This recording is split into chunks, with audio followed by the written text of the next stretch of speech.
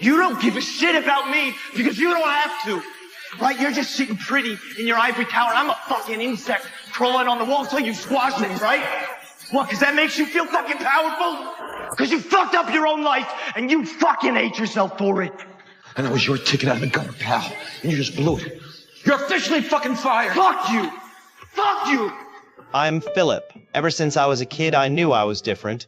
The numbers and formulas that terrify ordinary people were as natural to me as breathing. In high school, I started tutoring and even took the SAT for others as a hired test taker. I never turned down any job that paid fast. That was my fucking starting point. A life always chasing the next meal, the next shot at success, and all this struggle and scraping by happened in Chicago's South Side. The money I earned from odd jobs was like pouring water into a leaky bag. Most of it flowed into family emergencies and daily expenses. By college, I was even shamelessly begging to borrow a laptop just to write my damn papers. Hey, listen, are you guys using the laptop? I kind of need it for class. Well, Debbie uses it for school, and Carl uses it for porn. Can you borrow one from over there? Yeah, sure, no problem. In this kind of life, I feel like I'm rolling around in a swamp, desperately trying to claw my way out, but only getting dragged deeper. School and survival are already enough to drive me insane, and my love life is just another layer of chaos. Karen was the first girl I truly loved in all this mess. I thought we were the same kind, two souls huddling for warmth in the dark. The physical collisions and the rush of hormones pulled me in, and for a while I drowned in it. But she was even more unstable than me. She even had an affair with my bastard father, Frank. Okay, no, listen, I promise I don't love you. She got pregnant, and the kid wasn't even mine, and it had Down syndrome. Fuck. Life is always so humorous. It wasn't long before Karen left the South District. Then I got a new girlfriend, Mandy. She loved me and believed in me more than I believed in myself. She even took the risk of forging my college application materials just to give me a push, but I lashed out at her for acting on her own. I did ask you. I asked you like 100 times to get the applications in, and you ignored me. For a reason. What reason? That you're an idiot? That you want to waste your life laying around in this shithole neighborhood forever? You have any idea how much stuff I had to steal and sell to pay those application fees? It was a huge pain in the ass, and I did it for you, so you could be a little bit nicer about it. You know, you might even want to say thank you. No matter how much of an asshole I was, she forgave me unconditionally. But it didn't last. Karen, for some godforsaken reason, came back and even provoked Mandy. Mandy was convinced Karen was the root of my downfall. Then, the fucking thing happened. She hit Karen with her car and turned her into a vegetable. Although Karen miraculously woke up, she was Karen anymore. Her brain was permanently damaged. She didn't recognize me anymore, didn't remember anything between us. Maybe she just did dare to remember. Time flew by, and on the day I successfully graduated from high school, even Frank, for once, treated me to a Big Lobster dinner. Hey, whoa. You really think they deserve your hard-earned money for that service? Dine and dash. Bite and bowl? He didn't beat it. Take the front door. That night, everyone cheered for me, and I became the only one among the 6 siblings in this family to earn a high school diploma. The next day, I got an even bigger surprise. I passed a mighty evaluation and received my acceptance letter. It meant I was about to embark on a completely new path. And because of that, once I entered college, Mandy and I started walking different roads, drifting further and further apart. Grits, with a choice of toast, and it's $4.99. Okay, I'll be back to take your order. You know the waitress? I thought I did, from school. MIT was a whole different world. Clean, orderly, and everyone looked fucking polished. There I met Amanda, the classic rich girl. She showed me a life I never even dared to imagine before. Fancy restaurants, high society parties. She made me see the possibility of breaking free from class constraints. But between us lay an invisible chasm. I can't fit in, nor do I want to completely become as hypocritical as they are. What truly made me lose control completely at this school was the affair with Professor Helen, a woman over a decade older than me. Married with children, she was mature, intellectual, and irresistibly charming. She not only recognized my talent, but also saw the chaos within me, especially for someone like me, who had always craved validation since childhood. I became obsessed, helplessly addicted. Our relationship was like a ticking time bomb, ready to explode at any moment. And sure enough, this secret affair was eventually exposed by Amanda. How the fuck could you send out that picture of Helene? I just saw your phone there and the idea popped into my head like divine intervention. You know, my therapist says that revenge doesn't give you any real satisfaction, but clearly she's an idiot because this feels really, really good. Amanda, it's all over the goddamn school. Yeah, social media's fast, huh? You shouldn't have screwed me over. I never made any fucking promises to you. Yes, you fucking well did! With your eyes and your smile and your... Does it hurt?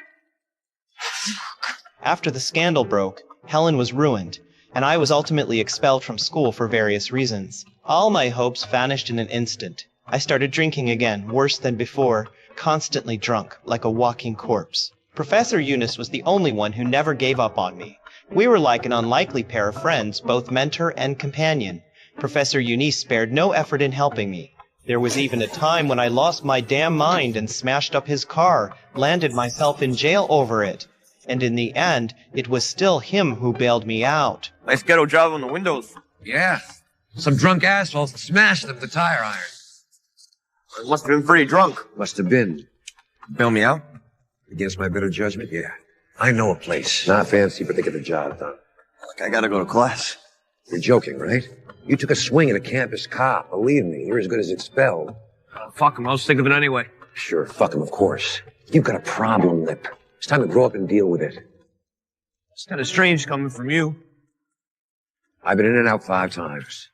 Well, it doesn't say much for a little rehab thing, does it? I had 2 doctorates. I had 2 kids in tenure before I started drinking. You're 22. Look, you go, you work the steps. I'll see what I can do about getting you a job in the field when you get out. First week will be tough. Gets easier after that. Work the steps. Put up with the slightly inane big book crap. I'll be right here to pick you up in 30 days. I can't pay for this. Yeah. You? Get your ass out of my car. During the most lost and rock-bottom moments of my life, Professor Eunice was like a guiding light, illuminating my path forward. He was a true mentor, father figure. Quitting drinking was agonizing and endless, countless times. I wanted to give up, teetering on the edge of collapse.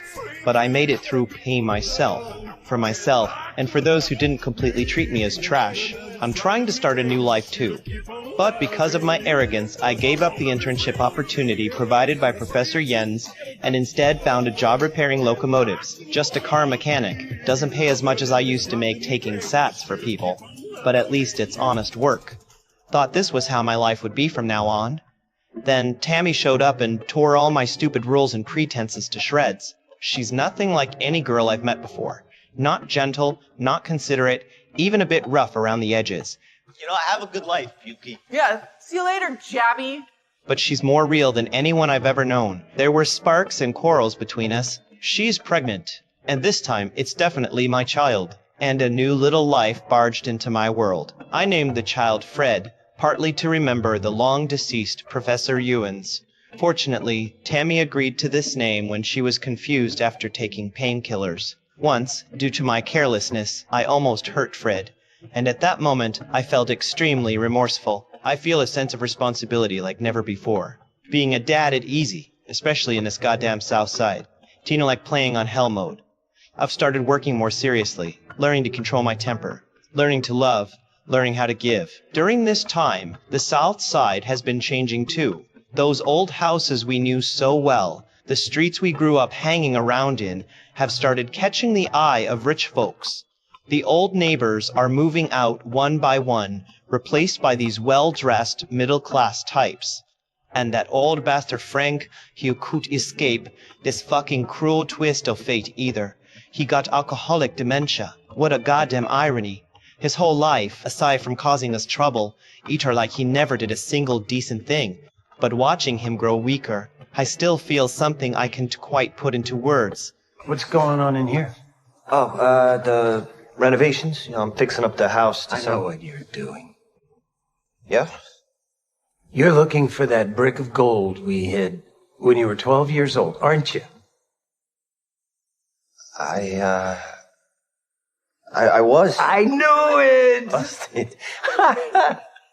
Son, don't you remember? What's that? We buried it. Right, oh yeah. Good thing I'm here. We're gonna be rich tomorrow. I no longer fantasize about overnight success, no longer chase after flashy fame and hollow glory. I've realized that real redemption doesn't lie in running away, but in fully accepting my scarred self, accepting this fucked up world, accepting the past that can be changed, damn, and then trying to build something new on top of all this wreckage. Even if it's just a little, it's still better than nothing. I know this road is still long and goddamn hard, but I will keep walking it. I just want to live each day well, to try and be a decent father. Maybe that's the biggest lesson of my life, and the only thing I care about finishing now.